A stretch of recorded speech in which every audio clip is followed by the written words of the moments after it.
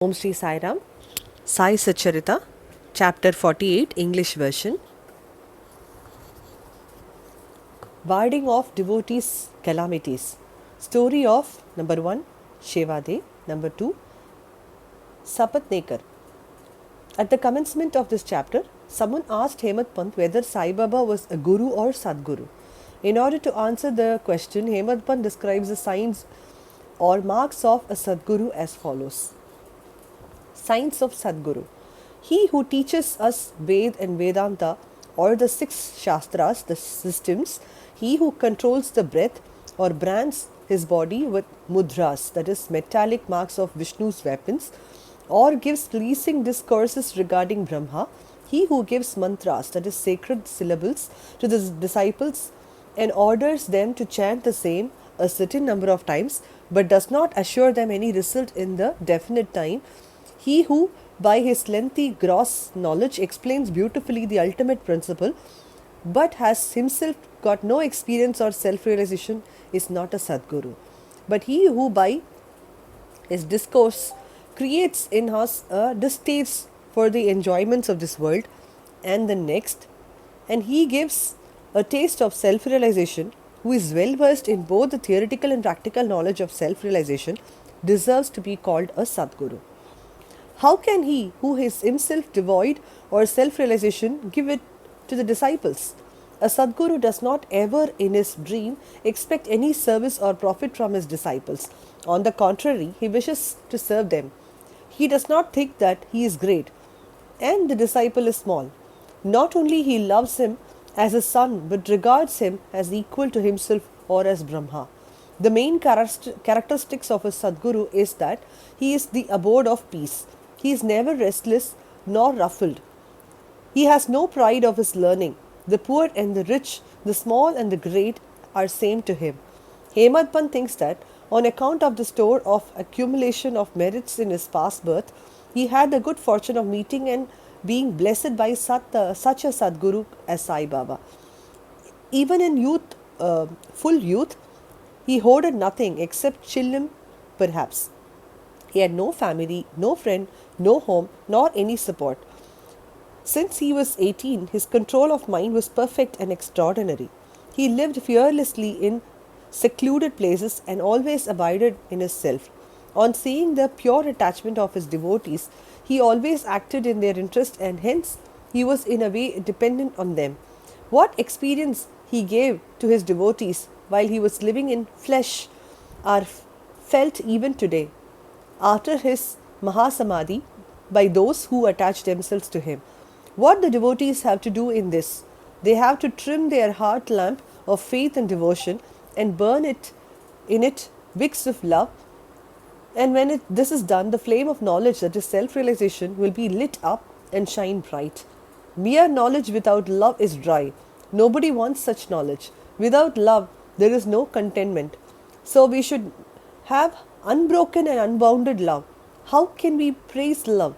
Everything is insignificant before it. Without love, our reading, hearing, and the study are of no avail. In the wake of love come devotion, dispassion, peace, and liberation with all their treasures. We do not get love for anything unless we feel earnestly about it. So, where there is real earning, God manifests Himself. It includes love, and it is the means of liberation. Now let us revert to the main story of this chapter. A man should go to a true saint with a pure mind, or even otherwise fraudulently, and hold his feet. Ultimately, he is sure to be saved.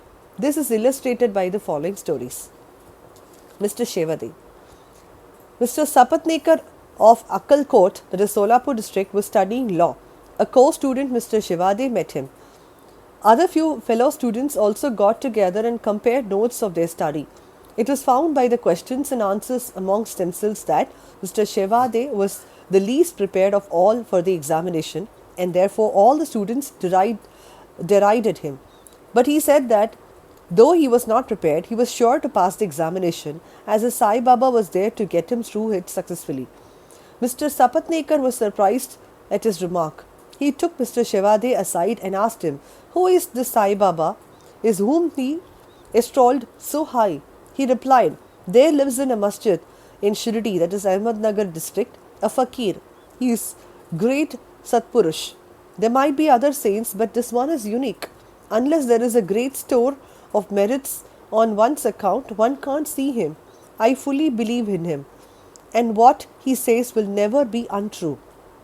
He has assured me that I will pass definitely next year, and I am confident that I will get through the final examination by His grace.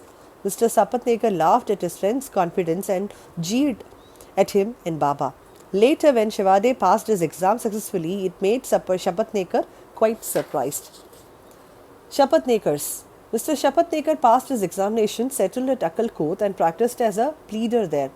10 years after this, that is in 1913, he lost his only son on account of a throat disease. This broke his heart. He sought relief by making a pilgrimage to Pandarpur, Gangapur, and other holy places. He got no peace of mind. Then he read Vedanta, which also did not help him. In the meanwhile, he remembered Mr. Shivade's remarks and his faith in Baba, and he thought that he too should go off to Shirdi and see Baba. He went to Shirdi with his younger brother, Pandit Rao, and was much pleased to see Baba from a distance. When he went near and prostrated himself and placed a coconut before Baba with a feeling of devotion, the latter at once cried out, "Get away!" Shapatnekar hung down his head, moved back and sat aside. He wanted to consult somebody who would advise him how to proceed. Somebody mentioned Bala Shimpi's name. Shapatnekar saw him and sought his help. They brought Baba's photo and came with them to the masjid. Bala Shimpi took a photo in his hand, gave it to Baba and asked him, "Whose photo was it?" Baba said that this photo was the Yar, that is lover of him, pointing to Shapatnekar. Saying this, Baba laughed, and all others joined.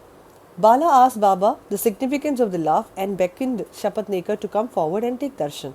When Shapatnekar began to prostrate himself, Baba again cried, "Get out!" Shapatnekar did not know what to do. Then they both joined their hands and sat before Baba, praying. Baba finally ordered Shapatnekar to clear out immediately. Both were sad and dejected. As Baba's order had to be obeyed, Shapatnekar left Shirdi with a heavy heart, praying that he should be allowed to take darshan next time. Mrs. Shapatnekar. 1 year elapsed. Still his mind was not at peace. He went to Gangapur and felt more restless. Then he went to Madegaon for rest and finally decided to go to Kashi. 2 days before starting, his wife got a vision. In her dream, she was going with the pitcher to Lakhad Shah's well. There, a fakir with a piece of cloth tied around his head, sitting at the foot of the neem tree, came close to her and said, "My dear lassie, why get exhausted for nothing? I get your pitcher filled with pure water." She was afraid of the fakir and hastened back with the empty pitcher. The fakir followed her. At this, she woke up and opened her eyes. She told the vision to her husband. They thought that this was an auspicious sign, and they both left for Shirdi. When they reached the masjid, Baba was absent. He had gone to Lendi. They waited till his return. When he returned, he was surprised to see that fakir she saw in vision exactly resembled Baba. She reverentially prostrated herself before Baba and sat down looking at him. On seeing her humility, Baba was much pleased and began to tell a story in his peculiar characteristic manner to a third party.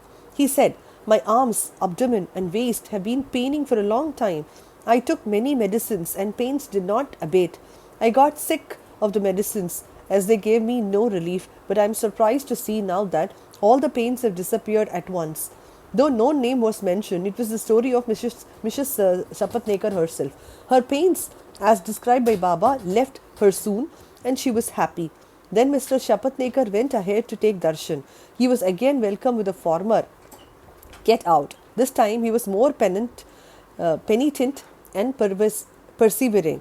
He said that Baba's displeasure was due to his past deeds and resolved to make amends for the same. He determined to see Baba alone and ask for his pardon for his past actions.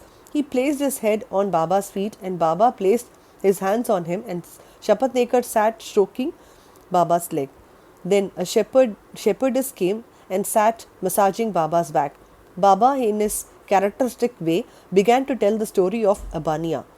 He related the various vicissitudes of his life, all his life, including the death of his only son, Shapatnekar was surprised to see that the story which Baba related was his own, and he wondered how Baba knew every detail of it.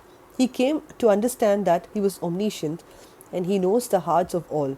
When this thought crossed his mind, Baba, still addressing the shepherdess and pointing to Shapatnekar, said, "This fellow blames me and charges me with the killing of his son.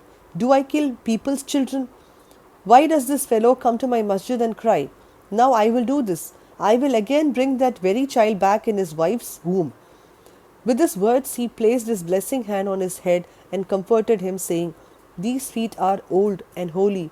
You are carefree now. Place entire faith in me, and you will soon get your object." Shapatnekar was much moved with emotion. He bathed Baba's feet with his tears and then returned to his residence. Then he made preparations for worship and Naivedya and came with his wife to the masjid. He offered all this to Baba and accepted prasad from him. There was a crowd in the masjid and Shapatnekar went there and saluted Baba again and again. On seeing heads clashing against heads, Baba said to Shapatnekar, "Oh, why do you prostrate yourself now and then? One namaskar offered with love and humility is enough." Then Shapatnekar witnessed that night the Chavadi procession described earlier. In that procession, Baba looked like veritable Pandurang, that is Vittal. At the parting next day, Shapatnekar thought he should first pay 1 rupee as dakshina, but if Baba asked again, instead of saying no, he should pay one more, reserving with him sufficient amount as expenses for the journey. When he went to the masjid and offered 1 rupee, Baba asked for another as per his intention, and when it was paid, Baba blessed him, saying, "Take the coconut, put it in your wife's oti, that is upper fold of her sari, and then go away without the least anxiety." He did so, and within a year a son was born to him, and with an infant of 8 months the couple came to Shirdi, placed him on Baba's feet, and prayed thus, "O Sainath, we do not know how to repay your obligations, therefore we prostrate ourselves before you. Bless us poor, helpless fellows. Henceforth, let your holy feet be our sole refuge.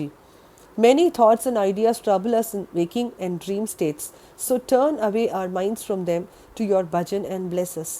The son was named Murlidhar. 2 others, Bhaskar and Dinkar, were born afterwards.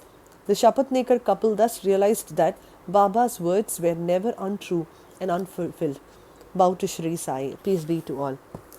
Sai Satcharitha. Om Shri Sai Nadhaya Namaha. Sai Ram. Meet you with the 49th chapter next week.